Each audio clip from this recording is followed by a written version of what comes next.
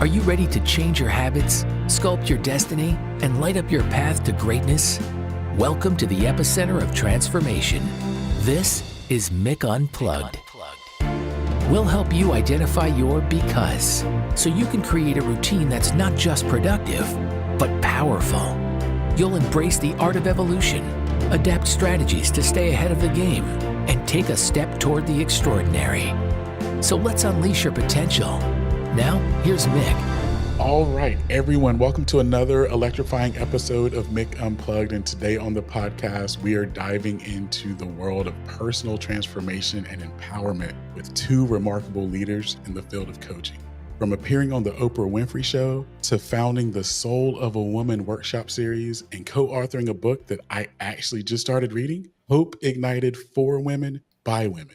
Their work embodies a deep commitment to empowering individuals and navigating the complexities of relationships and family dynamics. It is my distinct honor and pleasure to join me today, Coach Rochelle and Coach Alisha Schwartz.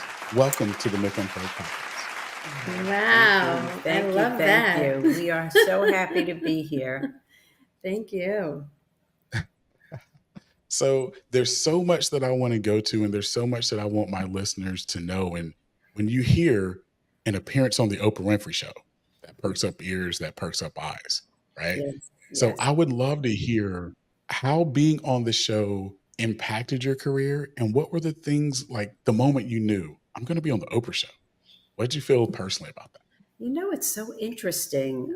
I wasn't like, oh my God. It was like, oh yeah, like I deserved it, you know?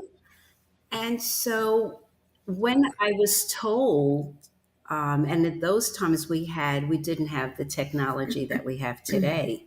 So I had to send pictures and I mean everything, because I was the last person they interviewed. Everybody else didn't work. So I Wow. couldn't say a lot of things, but I passed, and they only had a limited amount of time to come and air it. So they flew to Florida. They came to my home and aired it. And then I was able to fly back to Chicago and go to the Oprah show. But it was all Wow. here in Florida that they, videotaped. It was fabulous. I mean, it was like a little girl going into a candy store when I got to Harpo. And it was like, oh my God, look at all these pictures of all these, these stars. And it was a wonderful experience for me. It really was. And as far as my work was concerned, it took me a little time to be able to share it, because I just felt that there was going to be so much jealousy that I kind of kept it to myself for a while. And then someone said to me, why don't you let people know? I mean, that not everybody can get on. And that's when I decided to do that. Yeah. So it was like it was a big conversational piece, just like what you said. How did you do it and stuff like that? But that's basically, and it was my mentor teacher, Debbie Ford, that had suggested I come on. That's amazing. That's so awesome. And both of you are doing so much for empowering women and cultivating leaders in this society today. What are some of the things that have impacted your lives on a personal level that's led to this empowerment that you're out there delivering, right? Because the Mick Unplugged show, we go deeper than your why. We talk about being fueled by that because, right? Like there's a reason that makes us all who we are. What's that for you both? Well, for me, I had a learning disability as a child. So that was a big impact on my self-esteem. Not thinking that you're smart enough, good enough, right? Was a very big thing for my self-esteem. And then also my dad at the time, he was pretty verbally abusive. So growing up in that too, you got your learning disability and then you got the verbally abusive father. So with that, it really impacted me. And so that's what led me to go deeper. That's what led me to heal internally. And that's when I met my mentor and teacher, Debbie Ford. And that led me to the path of transformational work, looking inside, shadow work, looking at the things I didn't like about myself, embracing them, finding the light, finding the gifts, and then being able to share, obviously, my challenges with other women and share that they can transform and heal too by going inside and looking at the things that we might not want to look at, but really have gifts to bear. So, and that's the work we've been doing for the past 26 years, is really bringing light to the dark and transforming. Yeah. That is so awesome. That is so awesome. As I read and hear about your story and all the amazing things that you're doing out there, I get motivated by Alisha, your story. You talk about the verbal abuse, and that's some things that I went through in my household too, right? Like, it's never enough. Never. Right? No matter how great you are or how good you may be at something, it was never enough. And for me, that fueled me, right, as well. And to overcome that, to have that moment where you can realize, you know what, that was one person's opinion. Exactly. Right? But a lot of times we let one person's opinion dictate who we are. And that's one of the things that I love about some of the messages as I listen to the podcast that you're on and I read your book, right? It's never about one person's opinion that shapes who you are. Could you talk a little bit more about that? Do you want to talk about that, Mom, or you want me to? Well, you could Go do. ahead. I mean, if you want to go into what led me into this, is that at 30 years old, I was like off the walls. I didn't even know. I mean, I was like really wild. I didn't know who I was, what I'm doing. And of course, I was married at the time and had that man that was verbally abusive to me. And I had no self-esteem, but we were moving from Florida back to New York. And at that time, I always meditated, and I heard this tiny voice say to me, you have to go back and find out who you are. I never looked back. I took the word, and wasn't an easy path, but that started my transformation.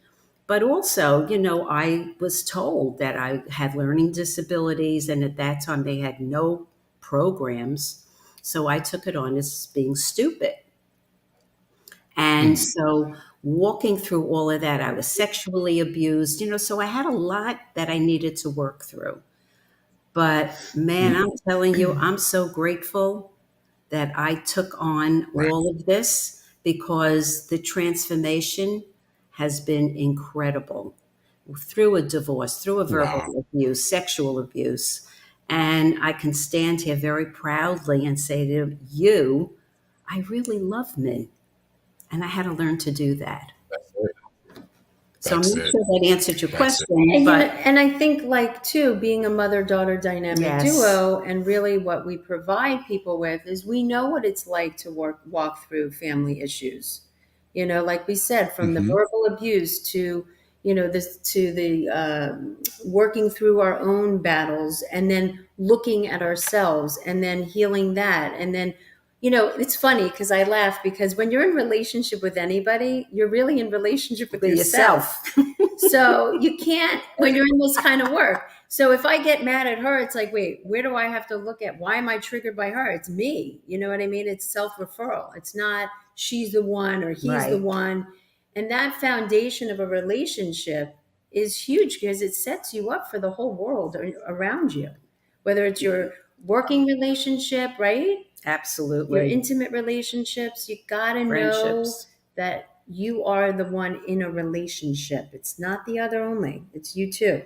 Got to take that responsibility. Which absolutely. many people don't want to do it. They want to blame you. It's easier to blame somebody else. And I think those are the things that we also work with women on, especially in a divorce or in any kind of abusive relationship. It's like, wait a minute, let's look at where that looks and where that is for you. What is it that you're allowing for that to occur? You got to have the boundaries. You got to, whatever you have to do to create a safer place for yourself, that's what you need to do.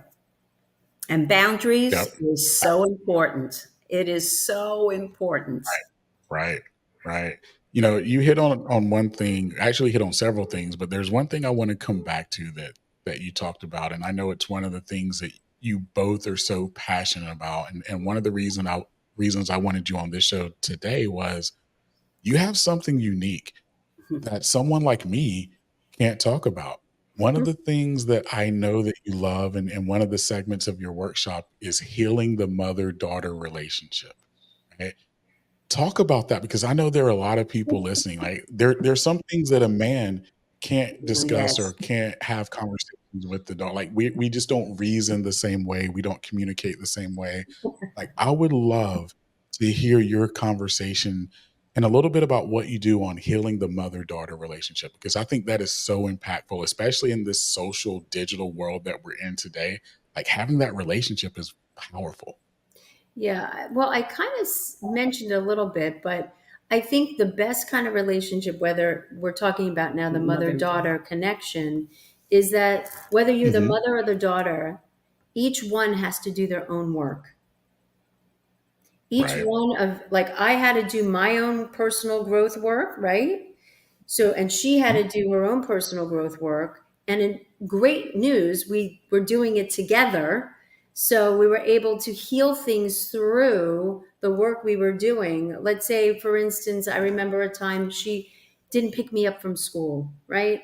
Just a minor thing. She was late, very late. Yeah. So I, of course, made it mean that I was unimportant. How could she forget her daughter? She's so late. How could she do that? So I made this unconscious belief that I wasn't important. So, of course, then I created relationships that would reflect that I wasn't important. So I had to do, my point is that you have to do your own work so that you can have a easier time in relationship with your mother or daughter. So we walk with people in the journey. We take, let's say I'll work with the daughters, my mom will work with the mothers, and we'll have them look and identify what's going on in the relationship. Why is there fighting, estrangement? Why don't you talk to her? Why are you mad at her? And we have them look at themselves first. Because first we're listening to the story, but we're going back Yeah. to have them listen for who they are in the relationship. Because they keep wanting to blame the daughter, blame the mother. They get nowhere. Right. And we've done that.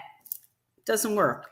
Mhm. But Just the main doesn't. thing is to do your own Yeah. work first and then come The- together You to know, do, right? Yeah, a great example. And it was really tough for me because I'm the mother and I should know better. And I would notice Mhm. that Alicia would always create a lot of things coming to her, money and people. And she just kept on going. And I'm sitting there struggling and I'm going, I can't stand it now. And I'm looking at her and I'm saying, how can I get pissed off at her? She's my daughter. And I'm jealous. That's what happened. I was jealous of her. And it was like, Oh, I wow. can't tell you how hard it was at the time to actually confront her because my pride was in the way. I'm her mother. I should know better. Mhm. But let me Mhm. tell you, when I told her, you manifest so quickly, and I struggle with that. And I just want you to know that I'm so jealous of you. It was such a cathartic release for me. And of course, she being in Mhm. the work, It didn't affect it me. didn't. I said, well, that's good. Then I must be doing something right for you to want what I have. So let's look at that. So basically, we work with mothers and daughters to show first them what they're doing to themselves really in the relationship, right? What are you projecting onto your mother, or what are you projecting onto your daughter that you can't see in you? Mhm. So it's all Mm. really based on you. When you All take those about, projections back, yeah. negative or Yeah. positive, light or It's, dark, you become whole. You're no longer triggered. Mhm. You're no longer in your wound, and you can dialogue freely without any triggers. It's an easier road.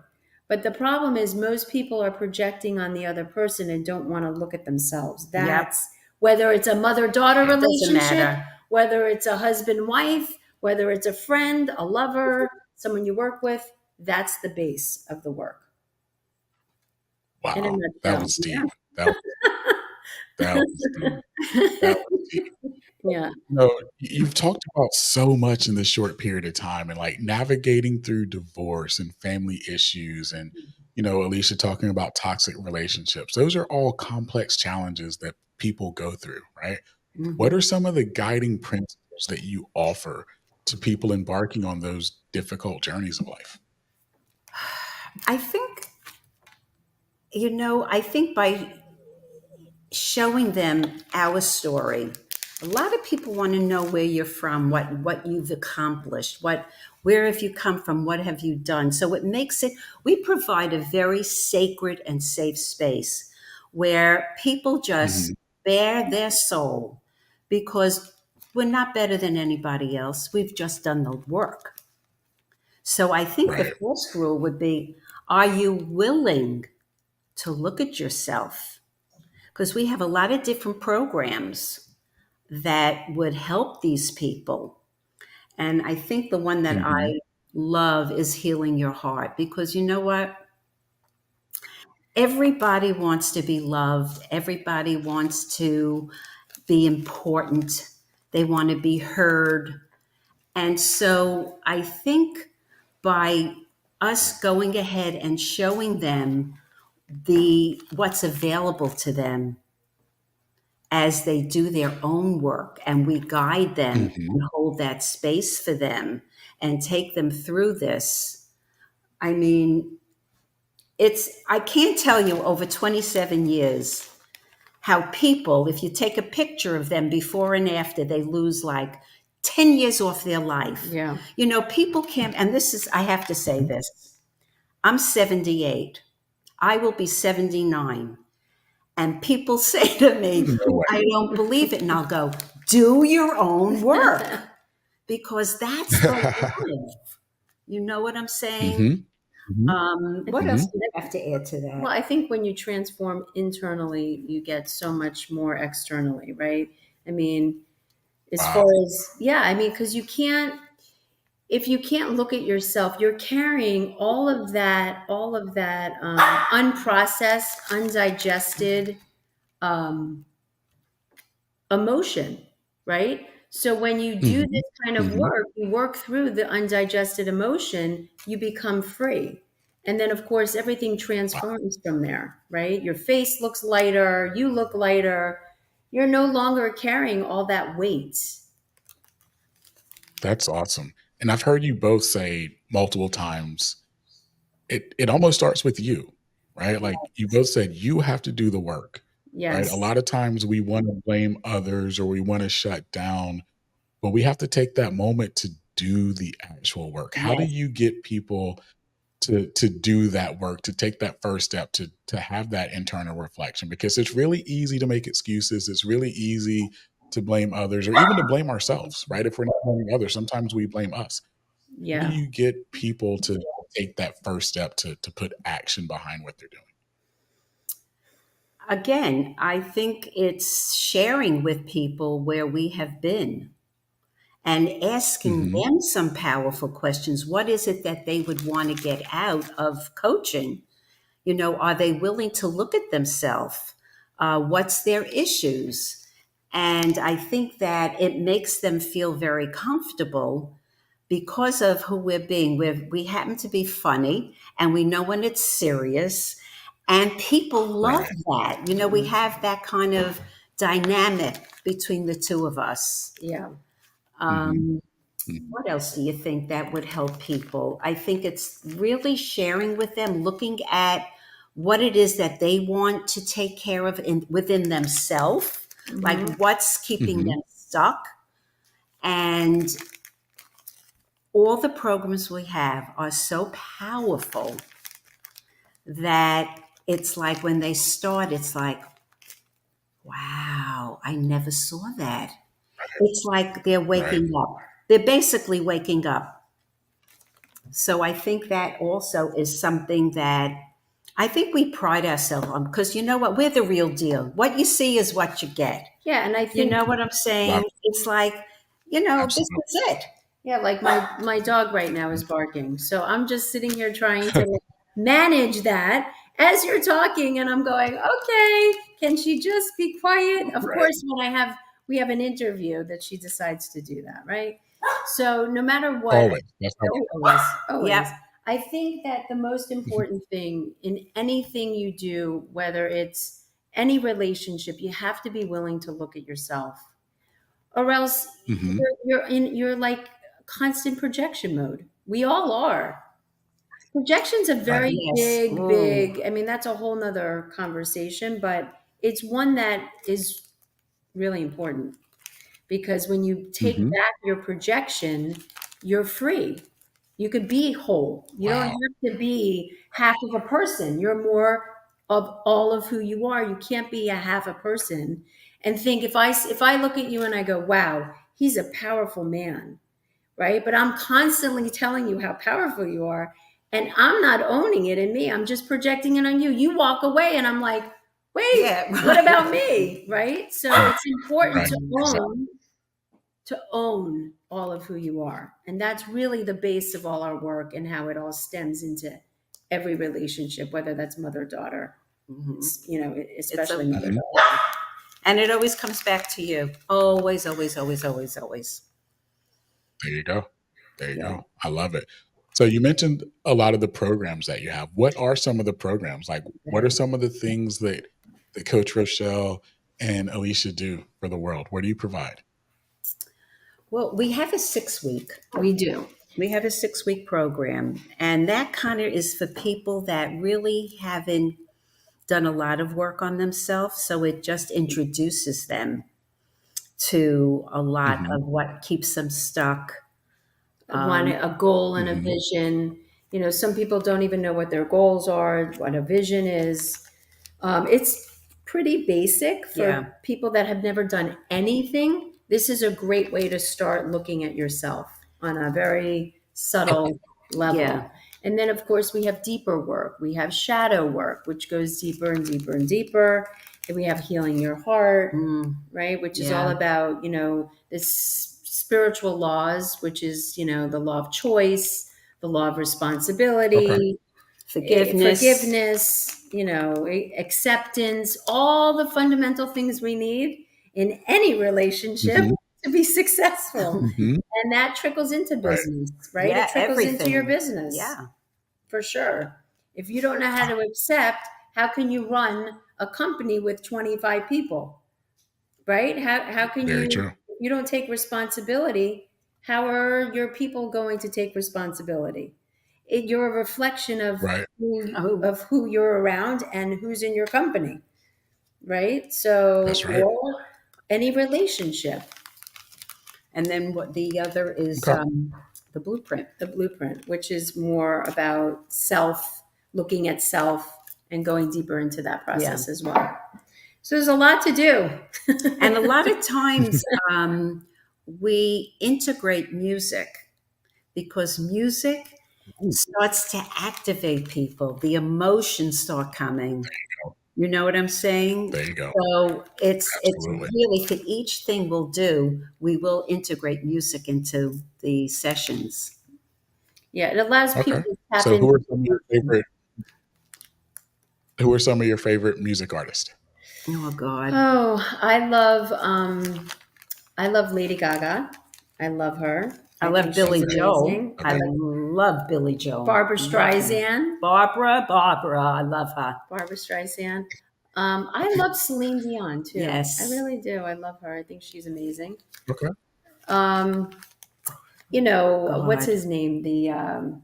Oh my God. Rod Billy Stewart. Joel. I love Billy Joel. You said Billy Joel? Yeah, Rod Stewart. Rod Stewart's great. The oldies. Okay. Yeah. I go in with some of the rappers are cool, like Chance, the new rapper that's on, one of the shows, The Voice. He's cool, Chance. So some of them are good, the new ones that are out in the world. But who's the other one? I love Casey and the Sunshine Band. Sunshine Band. This is old school. Yeah. This is like real. Oh old school. Yeah, you can go to Paul Anker. Oh, wait. I mean, we can. Who's the guy? What's the guy that just passed away? What's his name? Oh God, Tony Bennett. No, the other one that had the Margaritaville. I liked him too. Jimmy Buffett. Yes. So that's Luther Vandross. You kind of Love look him. like Luther, by the yeah, way. you do. Oh, you're right. Little Luther. Little There we Luther. go. He's good. I like Luther. There we go. That's awesome. So 2 more questions I'm going to get you out of here with. The first question is a 2-part for each of you. What are 2 of your core values? And then how do you relay your core values and what you do on a daily? So each of you get to answer that question. So Mom's going to make Alisha go first. You're going to make me go first? I think integrity is huge. It's one of the core values, integrity with self. And I think being authentic, which kind of ties into it, right? I mean, if you have integrity, then you're more authentic. If you don't have integrity, then you're not as authentic. That's for me. And that's kind of how I roll. Yeah. For me, I like it. Thank you. It's forgiveness and responsibility. Those were big. Responsibility. It's a biggie. The word most people don't like to take. Oh, they Let me show run. you. They run. They hide. You know, it's just such a big one. You know, it I really love it. is big. I love it. I love it. I could talk to both of you forever. Oh, I We have to can't do wait this to again. responsibility. We can sit here and chat for the next 5 hours. Love, integrity. Exactly. You know, I used to think Exactly. integrity was all about money. I used to think integrity was all about money until I started to do this kind of work. And I thought, wow, integrity is your word, what you commit to, what you're committed to in the world, how you show up or don't show up. I mean, it's so vast, integrity. It's your foundation of who you are. Yes. Right? Yep. It's your foundation of who you are. That's it. Great. All right. So last thing, how do people get in touch with you? And I'm going to make sure that in the podcast notes, everyone can make sure that they follow you and get in touch with you. And on the videos that we post on YouTube, I'll make sure all your links are there. But how can people get in touch with Coach Rochelle and Coach Alisha right now? Well, they can Go go ahead, to Roche. Facebook. I have Coach Rochelle Schwartz. On Instagram, it's Coach Rochelle. And LinkedIn is Rochelle Schwartz. Okay. And then your email is, Oh, my email is coachrochelle@comcast.net. and mine is shadowbstr3@yahoo.com. And we also have a YouTube channel, which is Mother-Daughter Dynamic Duo. There you go. And our Perfect. podcast is And on our there. And podcast. What's that? the Yes. YouTube podcast, all the social links. We'll make sure we have all of that available. Ladies and gentlemen, Coach Rochelle and Coach Alisha, I'm honored to have you. I'm honored to spend this time with you. And for everyone listening, remember, your because is your superpower. Go unleash it. Until next time, appreciate you both. Thank you. Thank you so much. Thanks for listening to Mick Unplugged. We hope this episode helps you take the next step toward the extraordinary and launches a revolution in your life. Don't forget to rate and review the podcast, and be sure to check us out on YouTube at Mick Unplugged. Remember, stay empowered, stay inspired, and stay unplugged.